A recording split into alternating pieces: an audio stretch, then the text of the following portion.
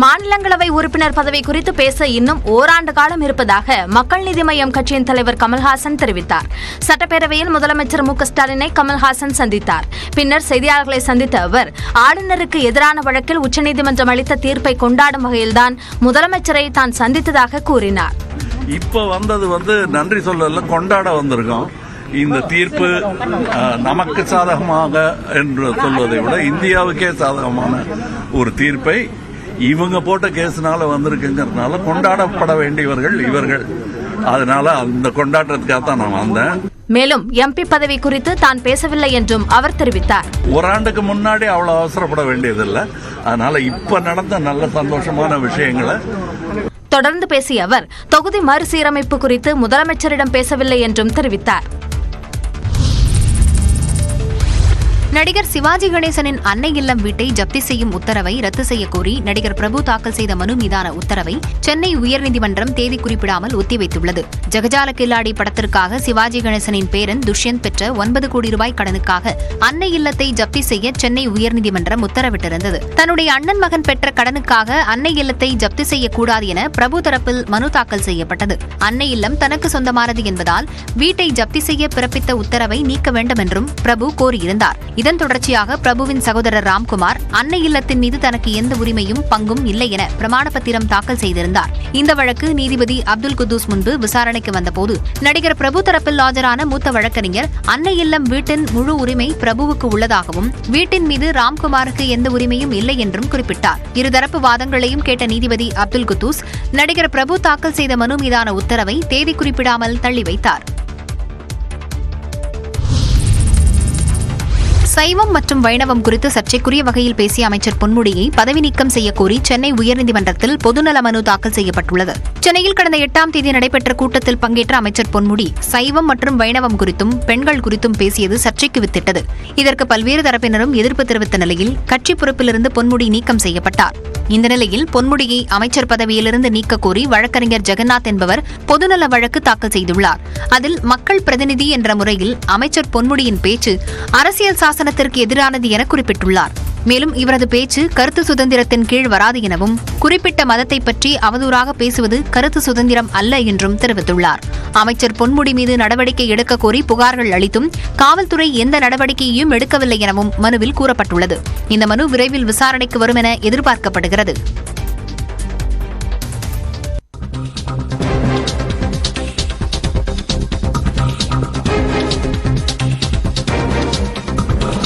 சட்ட விவகாரத்தில் மத்திய அரசின் பதிலில் திருப்தி இல்லை என்று உச்சநீதிமன்ற நீதிபதி தெரிவித்திருக்கிறார். விரிவான பதிலை எழுத்து மூலமாக தாக்கல் செய்ய தயார் என்று சொலிசிட்டர் ஜெனரல் தற்போது பதில் அளித்திருக்கிறார்.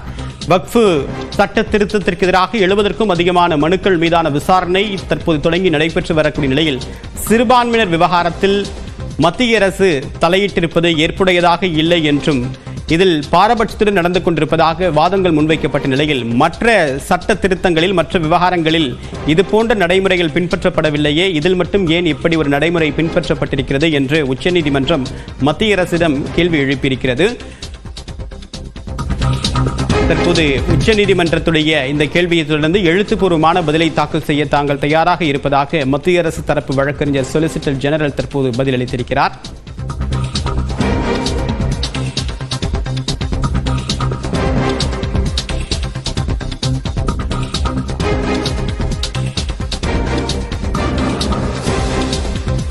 வக்ஃபு சொத்து எது என்பதை ஏன் நீதிமன்றம் தீர்வு செய்ய முடியாதா என்று தற்போது உச்சநீதிமன்றம் கேள்வி எழுப்பியிருக்கிறது.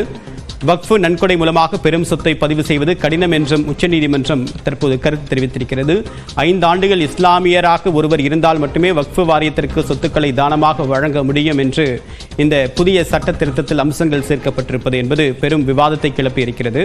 அவ்வாறு ஒருவர் இஸ்லாமியரான ஒருவர் தற்போது தன்னுடைய சொத்துக்களை தானமாக வழங்க முற்படும் போது அது பல்வேறு சிக்கல்களுக்கு வழிவகுக்கும் என்றும் உச்சநீதிமன்றம் தன்னுடைய அச்சத்தை தெரிவித்திருக்கிறது. அந்த அச்சத்தை கேள்வியாக உச்சநீதிமன்றத்தில் ஆஜராகி இருக்கக்கூடிய மத்திய அரசின் வழக்கறிஞர் சொலிசிட்டர் ஜெனரலிடம் தற்போது அந்த பல்வேறு கேள்விகளை தற்போது உச்சநீதிமன்றம் எழுப்பி வருகிறது. மத்திய அரசிடம் முன்வைக்கக்கூடிய கேள்விகளுக்கு எழுத்துப்பூர்வமான பதிலளிக்க தயாராக இருப்பதாக மத்திய அரசு தலைமை வழக்கறிஞர் தற்போது பதிலளித்திருக்கிறார்.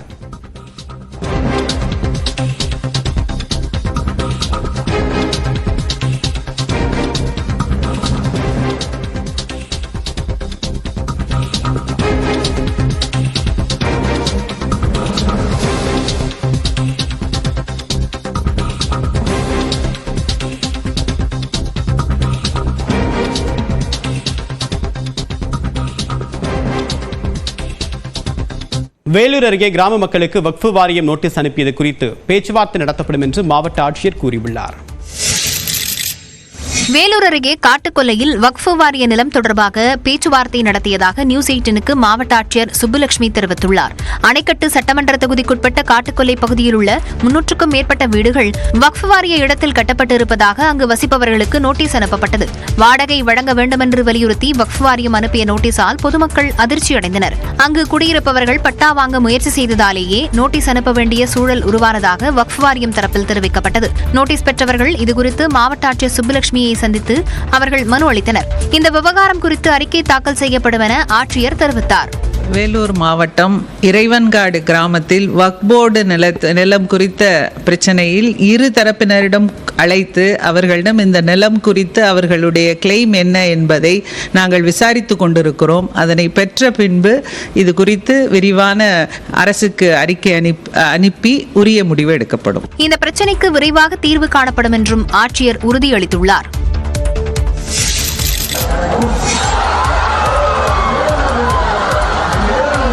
ராமநாதபுரம் அருகே கோயில் திருவிழாவின் போது தீமிதித்த பக்தர் பூக்குழியில் தவறி விழுந்த பதைபதைக்க வைக்கும் காட்சிதான் இது. குயவன்குடியில் உள்ள சுப்பையா கோயிலில் திருவிழா நடந்தது. அப்போது பக்தர்கள் பூக்குழியில் இறங்கி நேர்த்திக்கடன் செலுத்தினர். கடந்த 10ஆம் தேதி பூக்குழி இறங்கும் நிகழ்வு நடந்தபோது பாலந்தரவை கிராமத்தைச் சேர்ந்த கேசவன் நேர்த்திக்கடனை நிறைவேற்றினார். அப்போது அவர் கால் தடுக்கி பூக்குழியின் நடுவில் விழுந்தார். இதில் அவருக்கு பலத்த காயம் ஏற்பட்டது. உடனடியாக ராமநாதபுரம் அரசு மருத்துவக் கல்லூரி மருத்துவமனையில் அவர் சிகிச்சைக்காக அனுமதிக்கப்பட்டார். இந்நிலையில் அவர் சிகிச்சை பலனின்றி உயிரிழந்தார். அவரது மனைவி விக்னேஸ்வரி அளித்த புகாரின் பேரில் கேணிக்கரை காவல் நிலையத்தினர் விசாரணை மேற்கொண்டு வருகின்றனர். சிவகங்கை மாவட்டத்தில் பெண்ணிற்கு ஹாய் என மெசேஜ் அனுப்பியதை தட்டி கேட்ட இளைஞர் வெட்டி கொலை செய்யப்பட்ட வழக்கில் 3 பேர் கைது செய்யப்பட்டனர். கடந்த ஞாயிற்றுக்கிழமை நெடுந்தாவு கிராமத்தைச் சேர்ந்த சரத்குமார் என்பவர் தனது நண்பர் சிவசங்கருடன் இருந்தபோது 5 பேர் கொண்ட கும்பலால் கொலை செய்யப்பட்டார். இது தொடர்பாக வளையம்பட்டியைச் சேர்ந்த ஜனா, பிரபு, விக்ரம், சிவா உள்ளிட்ட 5 பேர் மீது வழக்கு பதியப்பட்டது. விசாரணையில் சரத்குமாரின் நண்பர் பில்லப்ப நடத்தி வரும் கடையில் பணியாற்றும் பெண்ணிற்கு ஜனா ஹாய் என மெசேஜ் அனுப்பியதாக தெரிகிறது. இதுகுறித்து கடையின் உரிமையாளர் பில்லப்பன் தனது நண்பர் சரத்குமாரிடம் கூறவே அதன் பேரில் ஜனாவை அழைத்து கண்டித்ததாக கூறப்படுகிறது.